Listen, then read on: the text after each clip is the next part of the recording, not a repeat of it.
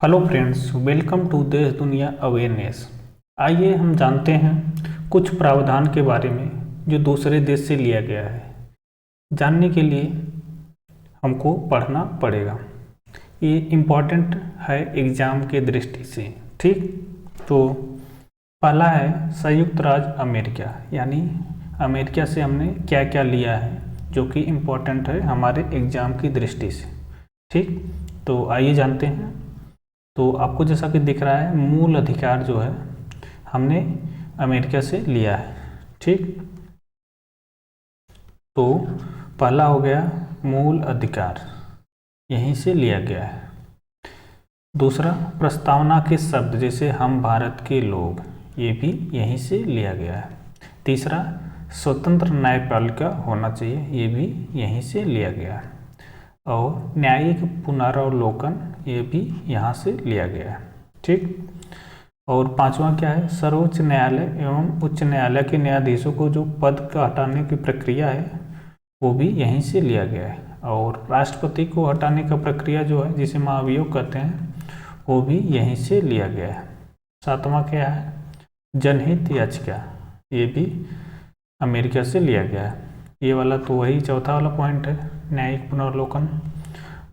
और ये है उपराष्ट्रपति का पद, 9 नंबर, ये भी अमेरिका से लिया गया है। 10वां क्या है, यथोचित विधि प्रक्रिया, ये भी यहाँ से लिया गया है। ठीक, ये भी। तो इसको याद करने का तरीका क्या है, आपको बार बार पढ़ना पड़ेगा और थोड़ा सा ट्रिक अपना सकते हैं। जैसे इसमें ट्रिक क्या लग सकता है कि इसमें जो न्याय से रिलेटेड वर्ड है ज़्यादा यूज किया गया है। आप देख सकते हैं, न्यायपालिका, इसमें भी न्याय है। न्यायिक पुनरावलोकन, इसमें भी न्याय है।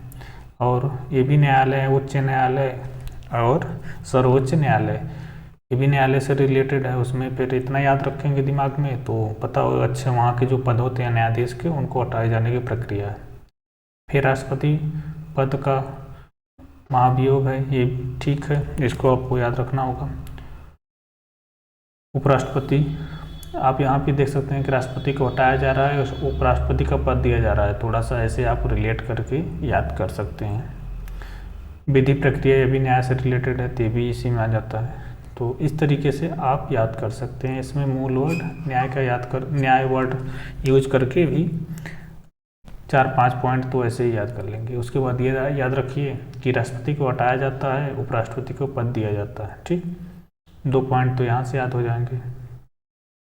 और यहाँ पे ये देख रहे हैं कि उच्च पद हैं, जैसे उच्च पद मतलब सर्वोच्च पद के जो न्यायाधीश हैं उनको हटाया जा रहा है।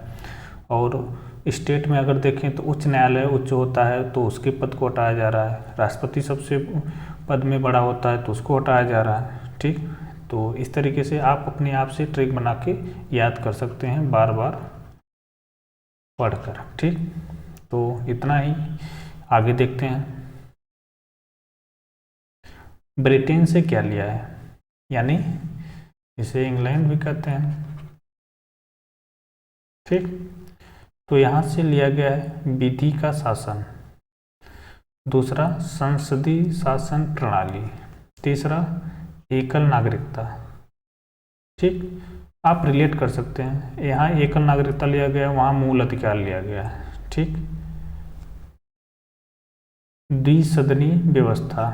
ठीक, सर्वाधिक मत के आधार पर चुनाव जीत का निर्णय, ये भी यहीं से लिया गया है। छठा क्या है, विधि निर्माण प्रक्रिया। ठीक, सातवां क्या है, विधायिका में अध्यक्ष पद की भूमिका जो होती है वो भी यहीं से लिया गया। आठवां क्या है, संसदीय विशेषाधिकार। ठीक, तो यहाँ पे मूल वर्ड क्या है, केंद्र, संसद, ठीक, और शक्ति, ये यहाँ के मूल वर्ड है। देख सकते हैं, ये पहला तो ठीक है, विधि का शासन। दूसरा, संसद शासन प्रणाली, संसद आ गया। तीसरा, एकल नागरिकता, ये तो आप रिलेट करके याद कर सकते हैं। फिर द्विसदनी व्यवस्था, फिर संसद आ गया, 1 2। सर्वाधिक मत के आधार पर चुनाव जीत का निर्णय, याद रखना होगा। विधि निर्माण प्रक्रिया।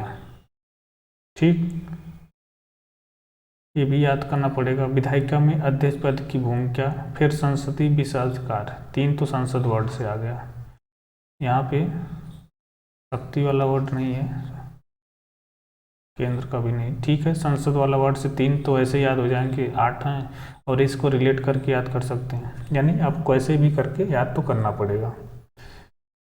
एग्जाम में आ जाता है कि संसदीय शासन प्रणाली किस देश से लिया गया है, आपको ऑप्शन देगा अमेरिका, ब्रिटेन, जर्मनी, फ्रांस, तो आपको बताना पड़ेगा। आगे देखते हैं दक्षिण अफ्रीका से क्या क्या लिया गया। तो यहाँ से लिया गया है संविधान संशोधन, जो कि मोस्ट इम्पॉर्टेंट है, एग्जाम में बहुत ज़्यादा से ज़्यादा ही आता है, तो इसको तो ज़रूर याद रखें। और दूसरा क्या है, राज्यसभा के सदस्यों की जो निर्वाचन होता है वो कैसे होगा, यहीं से लिया गया है, ठीक। 2 पॉइंट हैं दक्षिण अफ्रीका से, तो आप आसानी से याद रख सकते हैं। फिर आ जाते हैं आयरलैंड से क्या क्या लिया गया।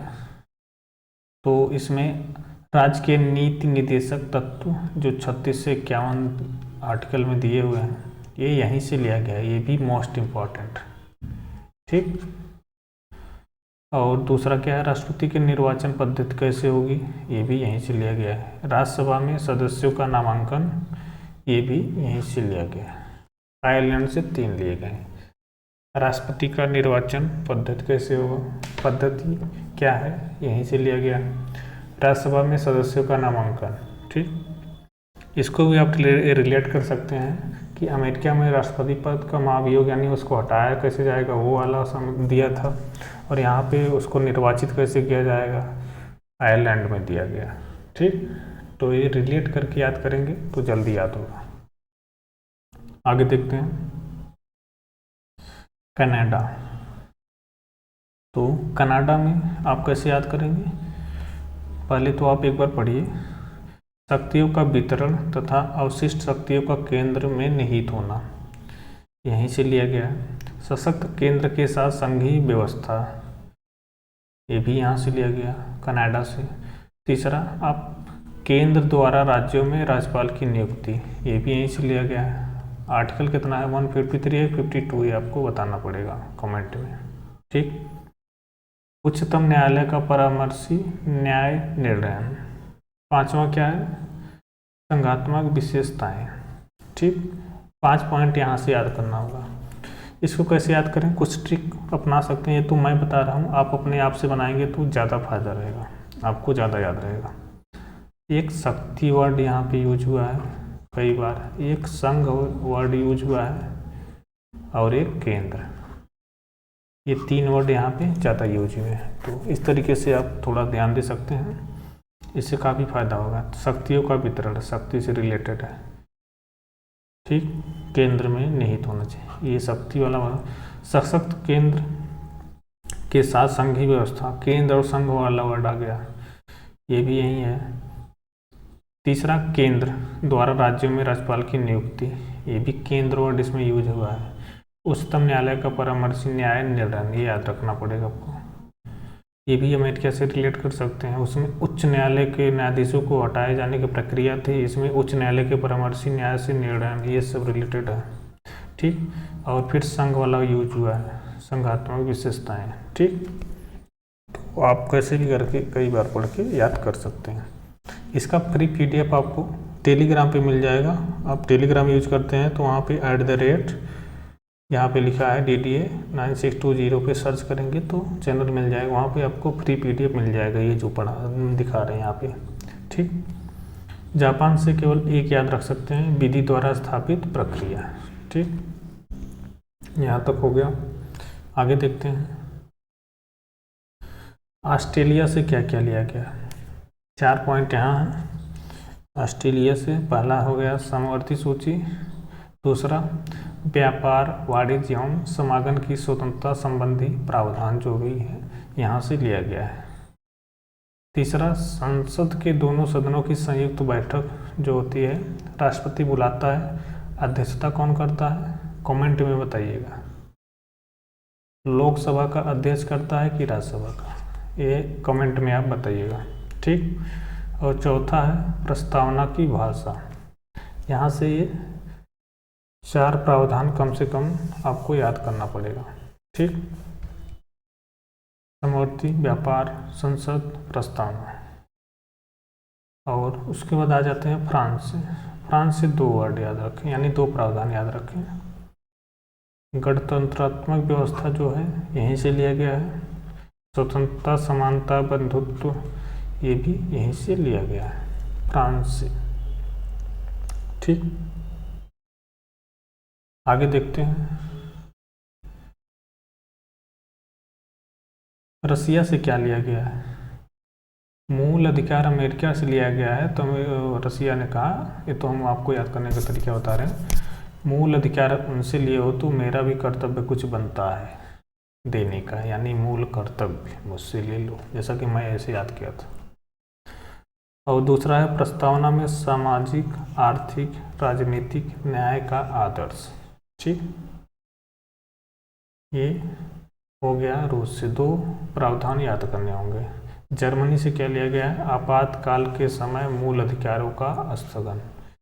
1975 में लगा था ना इमरजेंसी, तो याद कर सकते हैं कि वहाँ का हिटलर था, मूल अधिकारों का हनन कर देता था, आपातकाल लगा देता था, अपना ही सब कुछ चलाता था। ऐसे कुछ भी कहानी आप बना सकते हैं। एक मैं तो ये बताया आपको, तो आपको हर समय के लिए याद रहेगा।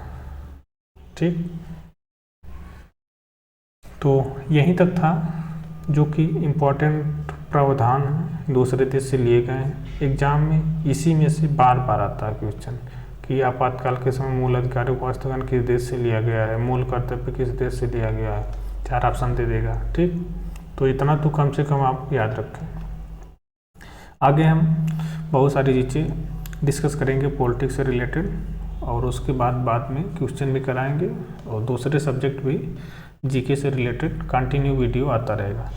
तो आप चैनल को लाइक सब्सक्राइब कर सकते हैं। अगर आपको अच्छा लगता है कंटिन्यू फॉलो करें तो आपको ज़्यादा फ़ायदा होगा, और फ्री पीडीएफ आपको मिलेगा रिवीजन करने के लिए। ठीक, आगे आप देख सकते हैं नीति निषेध तत्व से संबंधित जो भी अनुच्छेद हैं, ये सब आपको लिए बनाया गया। ठीक, तो ये सब आगे हम डिस्कस करेंगे। इतना आप रिवीजन करिए। तब तक के लिए बाय बाय, थैंक यू।